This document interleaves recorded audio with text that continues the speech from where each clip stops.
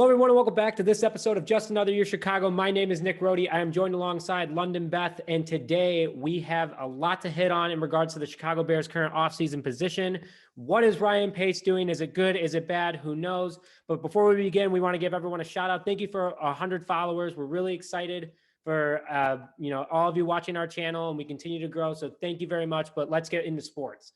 So cap situation: the Bears freed up $23 million in cap a couple weeks ago, restructuring Khalil Mack, Eddie Jackson, and Cody Whitehair's contracts. Great. And that was before we found out that the league decreased the salary cap by $17.5 million this season.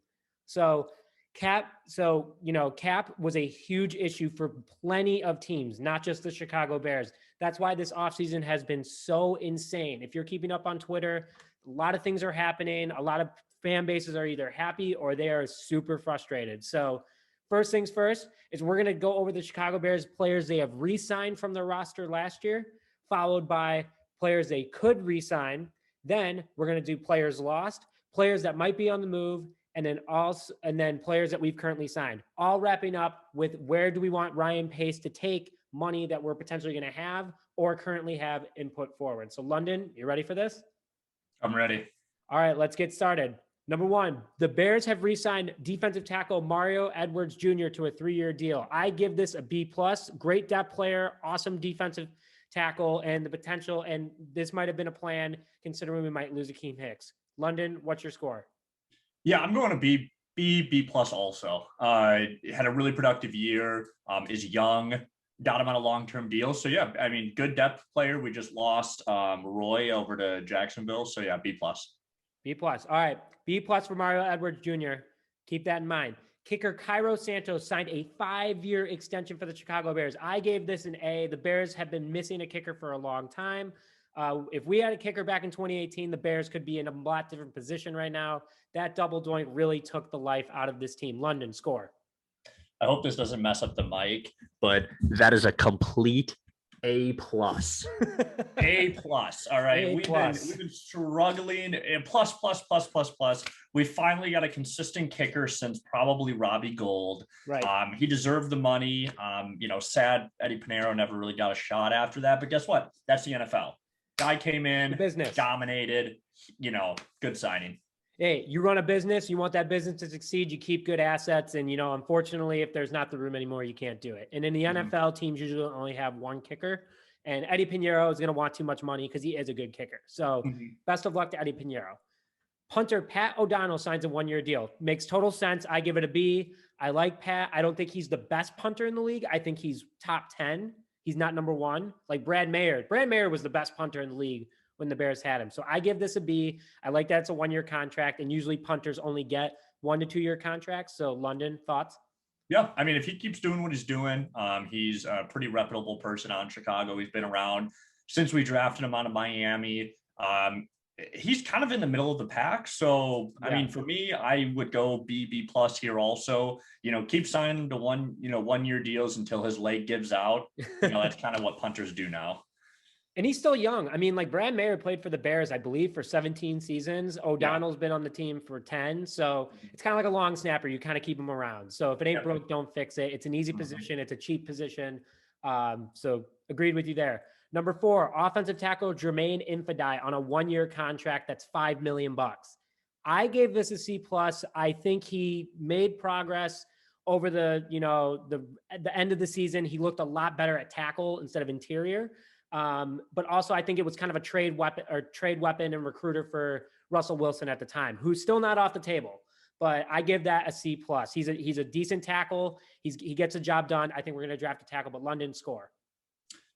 He's young. He's 26, 27. Right. He had a decent year coming. He was kind of falling off a little bit in Seattle. Then he came here and kind of had to revitalize. 1 year, $5 million. Honestly, I give this, you said like C+.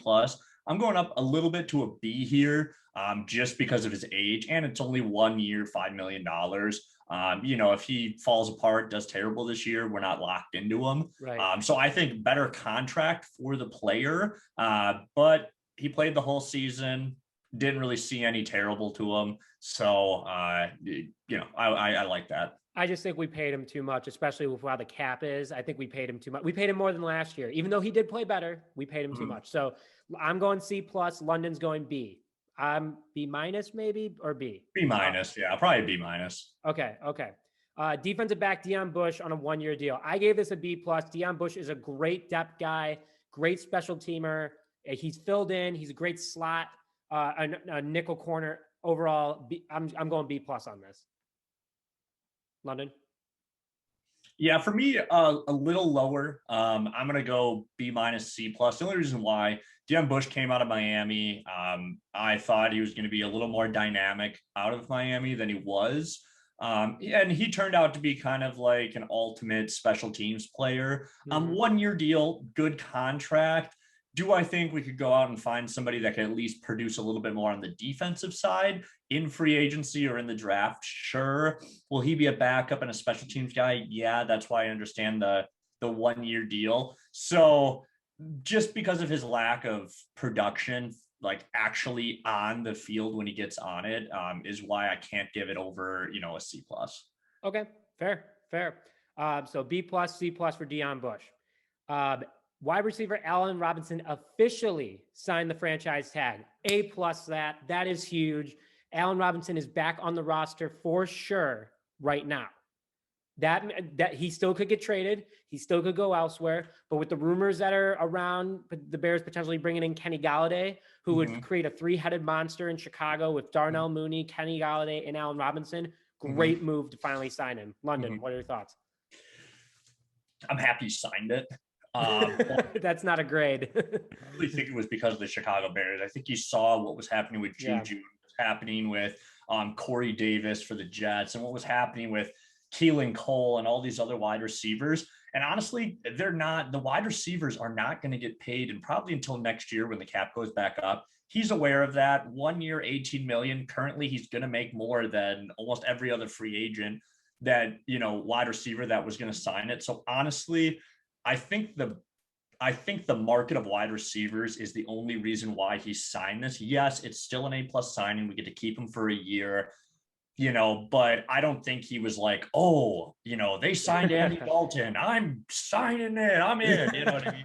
I think it was more of he knew if he went out to the market, he'd probably get somewhere between 10 million and he wanted 20. So he kind of settled at 18 for 1 year. Hey, I mean, whatever. He's got the bag. That's all that matters. So I'm going A+. London's going A+ with a little asterisk next to it because who knows how it could work out. I will give this an A++ if we do pull off Kenny Galladay. I'm looking at my phone constantly, seeing if something pops up, but nothing yet. So long snapper Pat Scales, 1-year deal. I gave it an A++ because you can't hate the guy. Love the guy. Awesome character. A++. Yeah, it's exactly like signing Pat O'Donnell. If the kicker, the punter, and the long snapper, if it ain't broke, keep re-signing them over and over again. He's a good long snapper. He averages, I think, like 15 to 20 tackles a year on the defensive side when we're, on punt coverage. So, like I said, if it ain't broke, I don't think I've seen us like Pat O'Donnell get a snap over his head or anything since he's been here. So cool. Awesome. Keep them rolling. And then officially Eddie Goldman will be back in 2021. I gave this an A- only because Akeem Hicks potentially is either being traded or released. I like Eddie Goldman. That's what Bears fans need to understand. If Hicks leaves, we have Eddie Goldman. If we had both, even better. But Bilal Nichols came out and is like a young Eddie Goldman. He's 24, 25 years old. Eddie Goldman, I believe, is 27. Super young up front, big dudes. If we have all three, great. If we don't, we're still in great position. Way better position than most teams. I'm giving it an A-. London, what are your thoughts? For me, it'll go up to a regular A if Akeem Hicks leaves us. You know what I mean? Because then keeping him will be so much more vitally important. And he is a really good nose tackle, D tackle player out of Florida State. If Akeem Hicks stays around, sure, yeah, then it's still an A-. It is it's still really, really good that we have him and have him coming back. But it's going to be even more vitally important if Akeem Hicks leaves. You know what I mean? If he leaves, he's going to be the guy. So keeping him, and we already signed him to an extension. Thank God. So yeah, I'm going. I'd say A- if Akeem Hicks stays a, regular A if Akeem Hicks leaves. And the thing is that if Eddie Goldman went to any other team, maybe besides Tampa, he'd be the number one nose tackle on Oh, yeah. like 100%. so the Bears have the number one and number two, arguably best nose tackles in the league. You lose one, each of them are still number one, number two. So that's that. Moving into our next subject, players to potentially re-sign. There's a bunch that we could re-sign, but London and I want to make a legit list of who we would want back. Number one, obviously, is Cordero Patterson. I want him back, but he is in talks with Las Vegas. The Bears apparently have not talked to him since the end of the year. I want him back. London, what do you think? I don't. Wow. I love Cordell Patterson. I loved him on the Patriots. I loved him as a Viking. I loved him in Tennessee. And I love his personality. I love what he brings to the locker room, all that kind of different stuff like that. But to be completely honest, he's a glorified kick returner. He's pretty much exactly like Devin Hester was on the offense, where he's very limited. And the biggest thing is he wants between $7 and $8 million.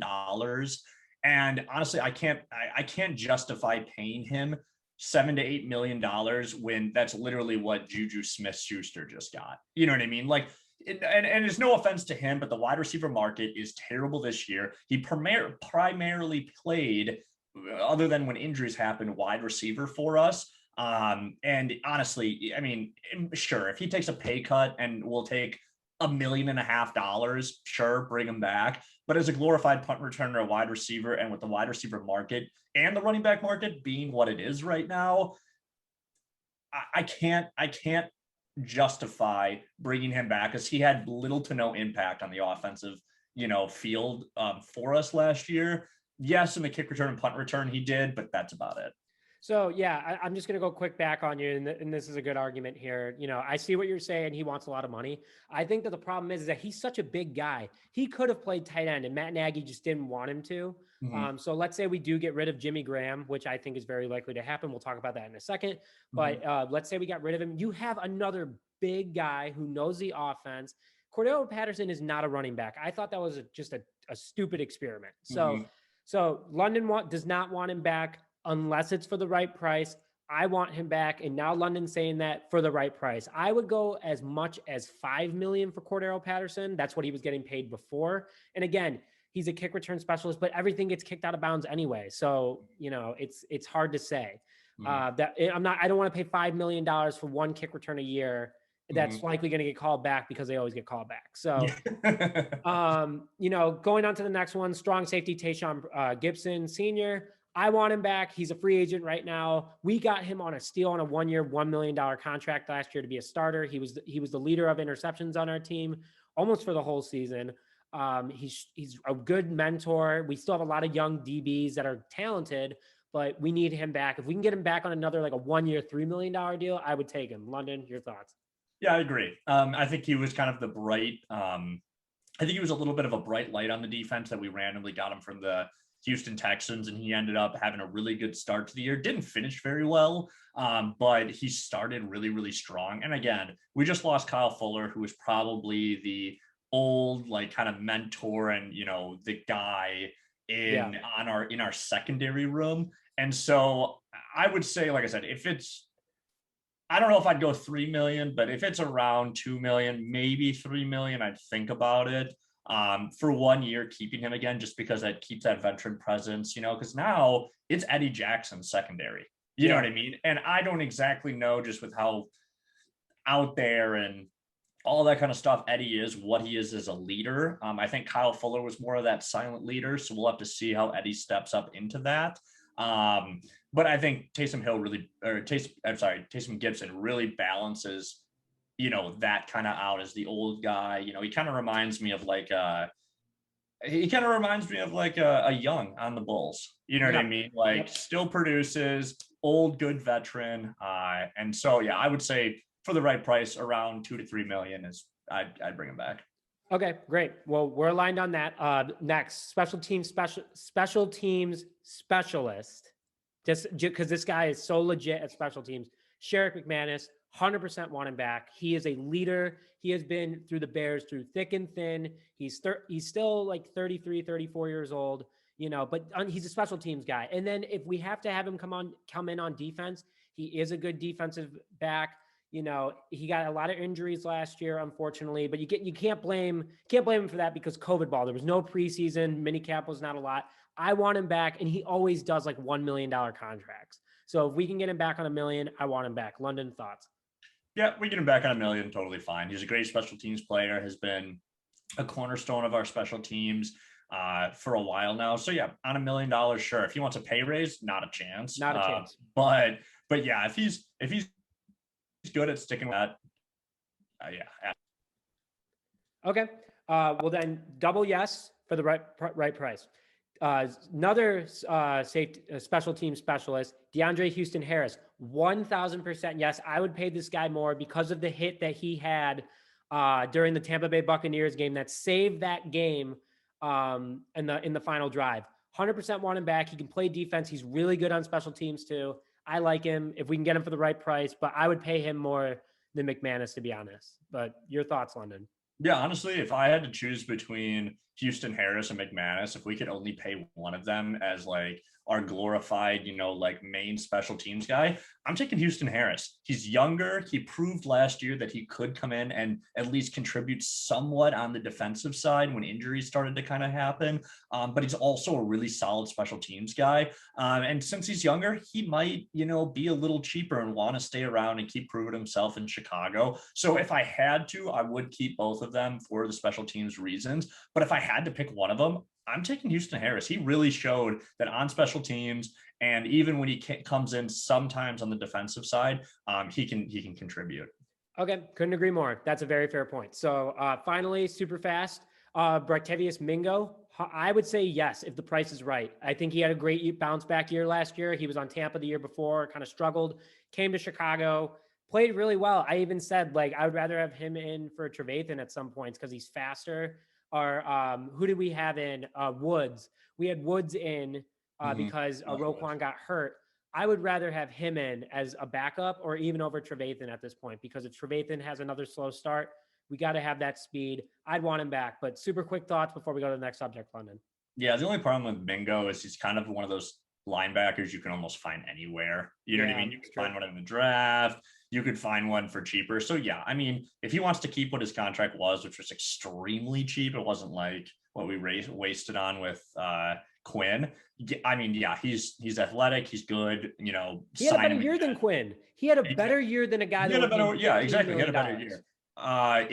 If he wants a raise, though, I say let him go because, he's just kind of a coverage, faster linebacker, and you can find that almost anywhere.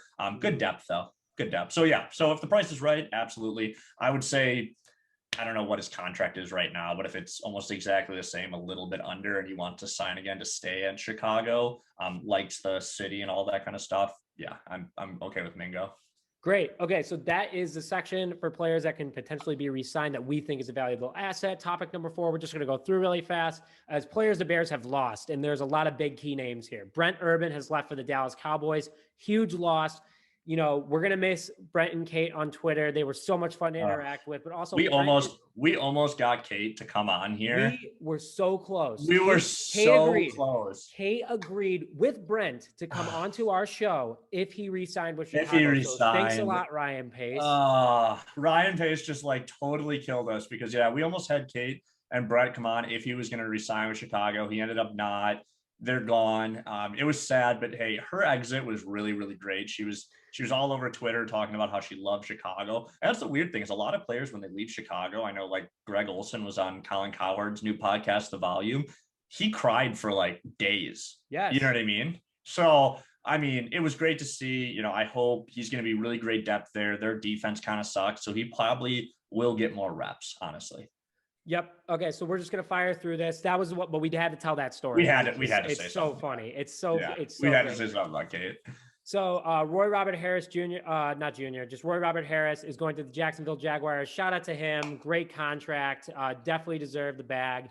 Followed by Kyle Fuller, officially yesterday became a free agent due to the salary cap. We are going to miss Kyle Fuller. He has been a very deep part of this defense. But, again, the NFL is a business, and this year the business had a huge pay cut.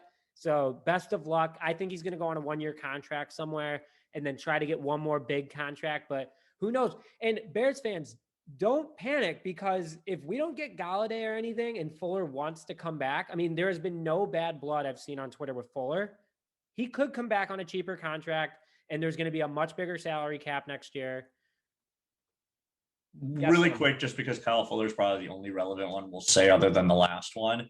A lot of people were hating on the Kyle Fuller thing. Honestly, I think ever since he tried to do that counter offer thing with the Packers and stuff, I kind of think Kyle Fuller's like foot has been halfway out the door in Chicago. So I wasn't too surprised to see this. You know, he's a solid corner, but he has been kind of slowly but surely, you know, ticking down.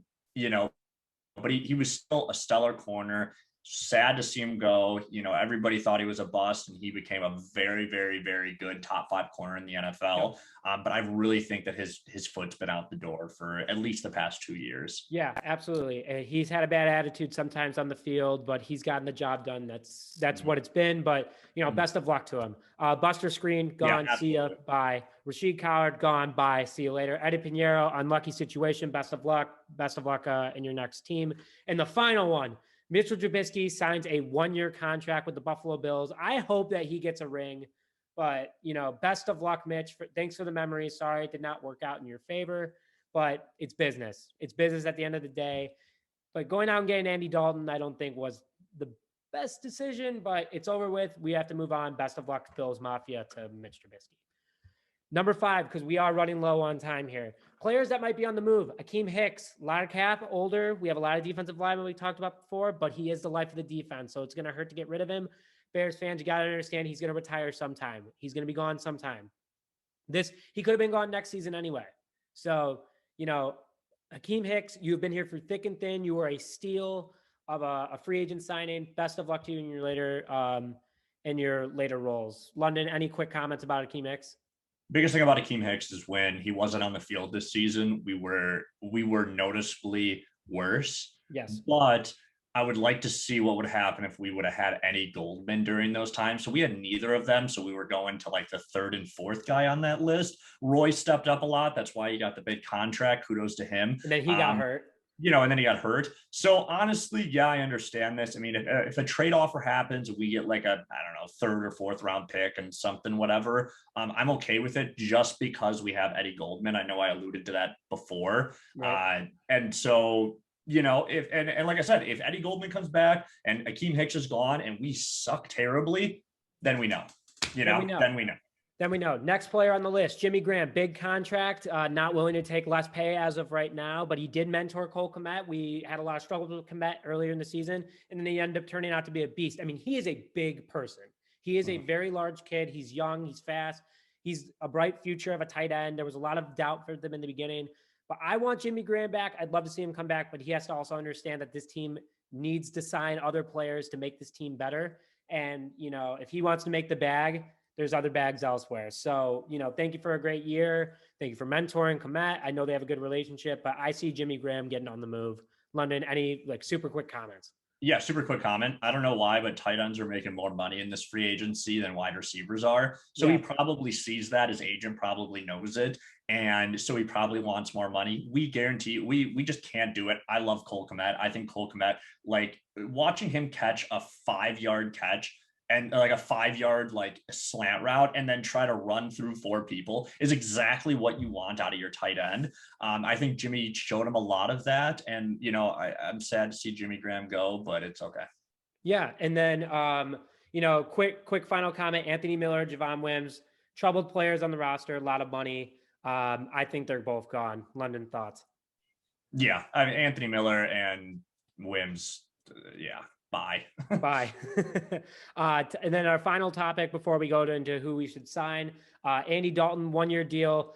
Here's the thing, though. It's only $3 million cap hit, $7 million signing bonus. So it's not as bad. That's why I gave it a B-, because it is a pretty decent deal. So we are paying him what Dallas did. We're just giving him a giant bonus on the end of it. London, super quick grade, gets the last player, and then we got to get into Kenny Galladay.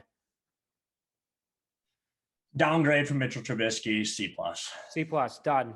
And then finally, defensive tackle, Angelo Blackson, strong depth guy from the Cardinals. I still give it a C+ because that money could have been spent elsewhere. Yeah, London? I'm actually going to give it like a B because I watched a little tape on him in Arizona. He's a young player. It kind of made some really good moves. Okay. Really solid moves when he got the time. He just got lost in the depth. Did we overpay him? Maybe a little bit, but honestly, he might turn into something. And we do weirdly enough have this weird thing where we'll find D tackles out of nowhere, aka Akeem Hicks, and they'll turn out. So Yeah, absolutely. And then finally, guys who we want to sign, pretty short list. It's just Kenny Galladay. The Bears offered him a 1-year contract for $11 to $12 million. Could create a 3-headed monster in Chicago. Mooney, Galladay, and Robinson. Any quarterback can become good when you give him weapons. And instead of just having one with Allen Robinson and then the discovery of Darnell Mooney, you have those three now. You have Cole Kmet, you have David Montgomery, you have a decent offensive line, and Tyreek Cohen. I think Andy Dalton can do well in this.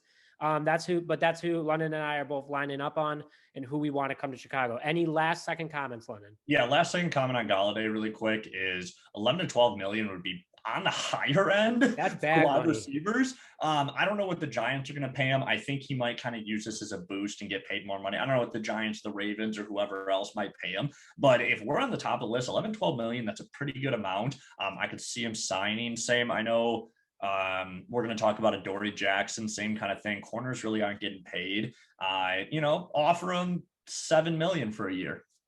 Adoree Jackson. But the other people are offering him. Yeah, exactly. I agree. And the Giants don't have that much cap, by the way. So they're struggling with the cap. So it's between the Ravens and us. And I would be shocked if he ends up in New York, especially with the situation over there. But with that, that was a lot of information. London and I both have to get going, but we appreciate you guys listening. That is the off season so far as of March 19th, 2021 at 3:30 p.m. Central Time. It's been an off season. It's been an off season and there's plenty more to come. So Bears fans, do not panic. I know Twitter can be in a very emotional place. A lot of things can happen. A lot of interesting takes can happen. London, we all know that you hate clickbait. So it's been a wild ride, but thank you very much everyone for tuning into this episode of Just Another Year Chicago. My name is Nick Roti. This is London Beth, and we will see you guys soon. Thanks, Chicago.